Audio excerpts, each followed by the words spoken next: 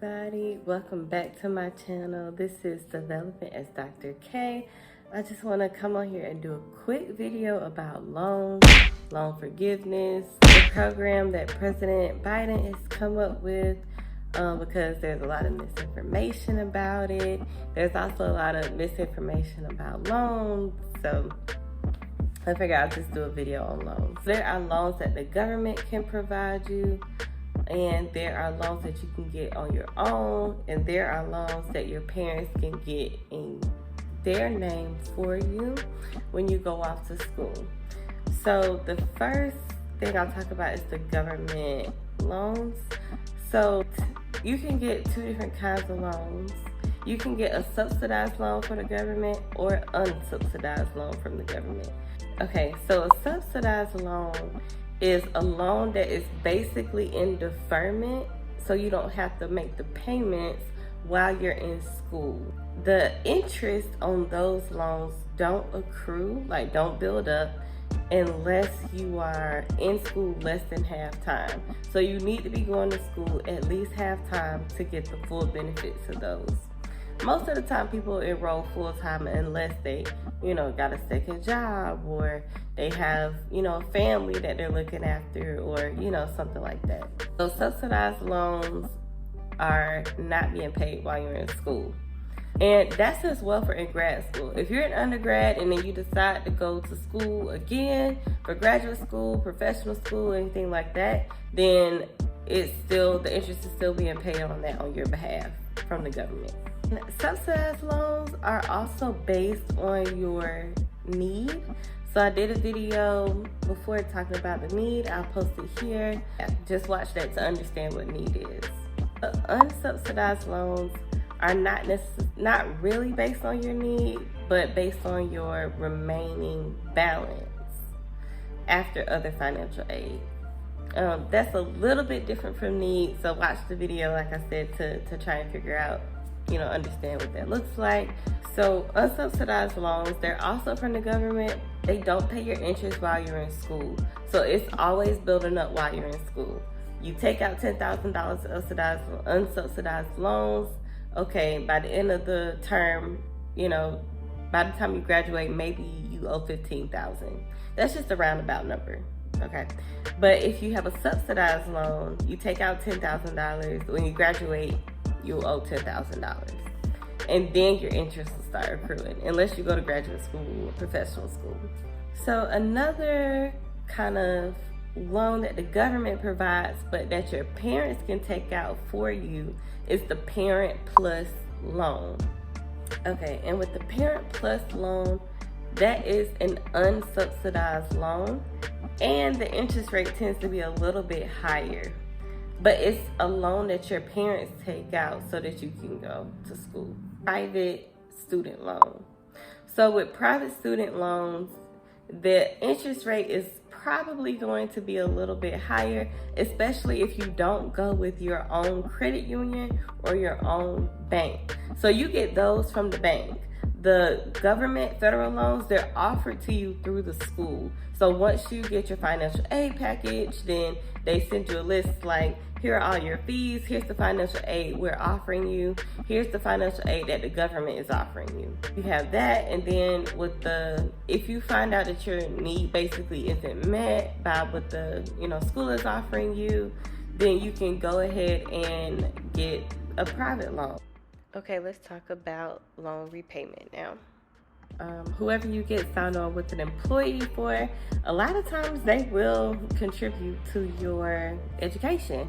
Since you're working for them, it's almost like you're getting job training for them, and they pay for job training regularly.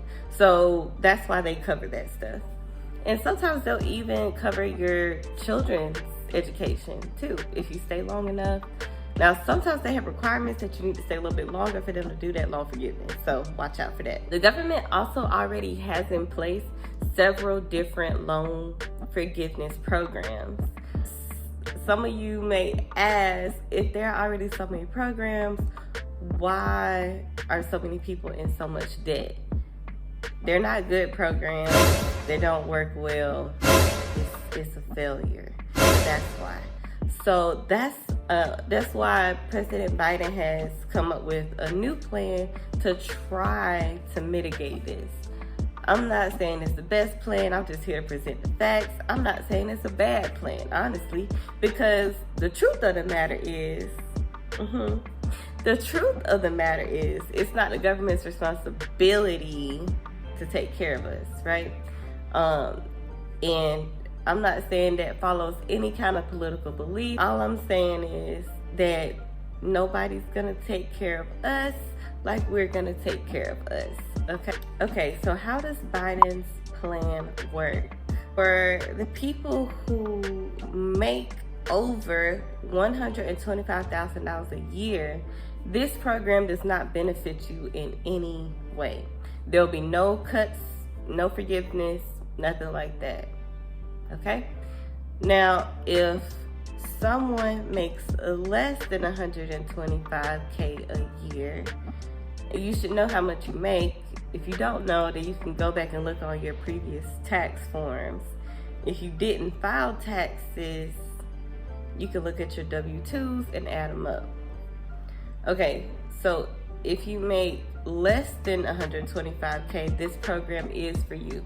Now, if you are married, then the plan does account for $250,000 or less.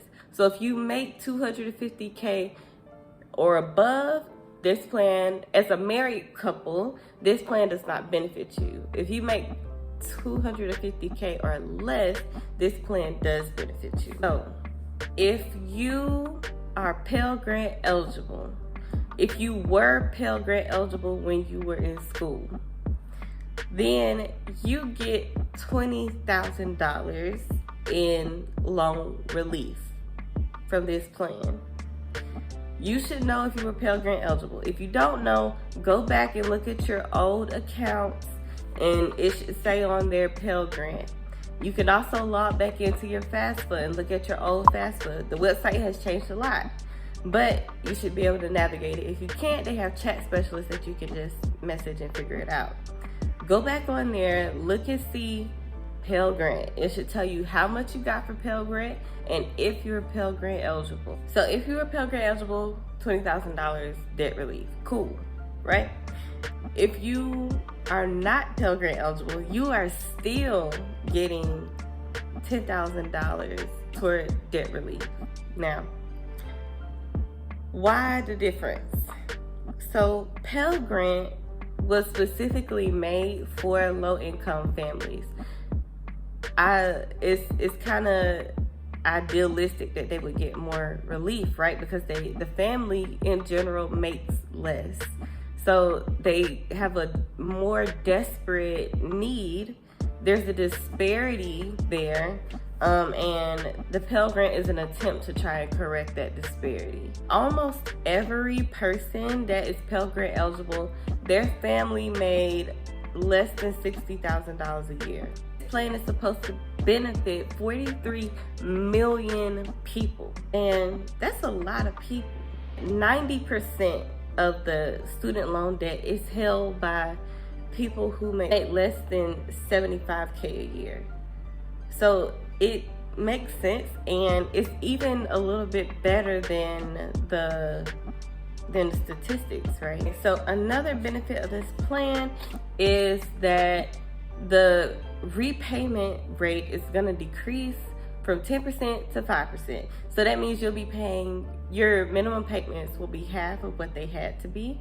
Another cool benefit of this program is that if you are making payments on your student loans, then no interest accrues.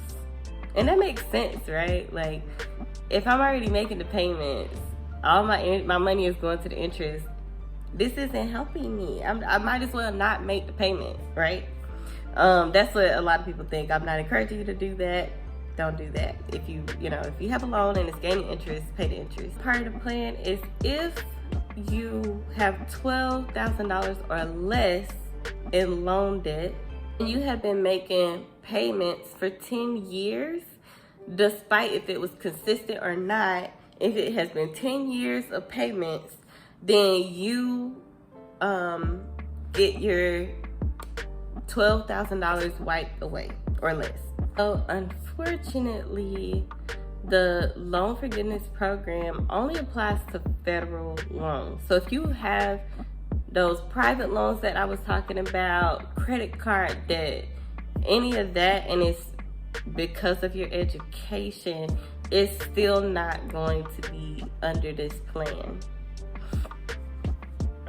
So if you will be a new borrower for this year, or you're thinking about taking a loan out, I hope that you decide to find scholarships instead and grants and write letters to people and get help some other way. But if that's not a possibility for you and you take out a loan, I would implore you to look at the federal loans first. And this is exactly why, because there are a lot more federal relief programs.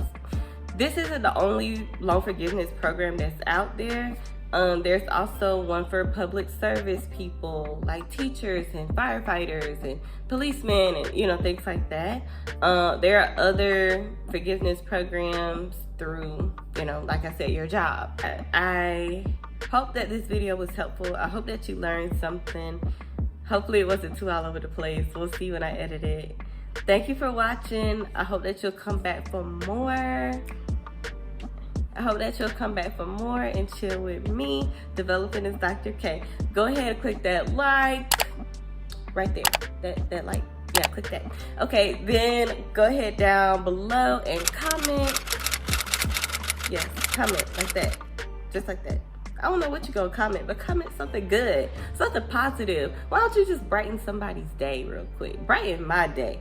Comment and share this video with somebody, especially if they're going to school, in school, have student loan debt, don't really know how loans work. Go ahead, share this with them. Hopefully it's helpful. I appreciate y'all. I'm out.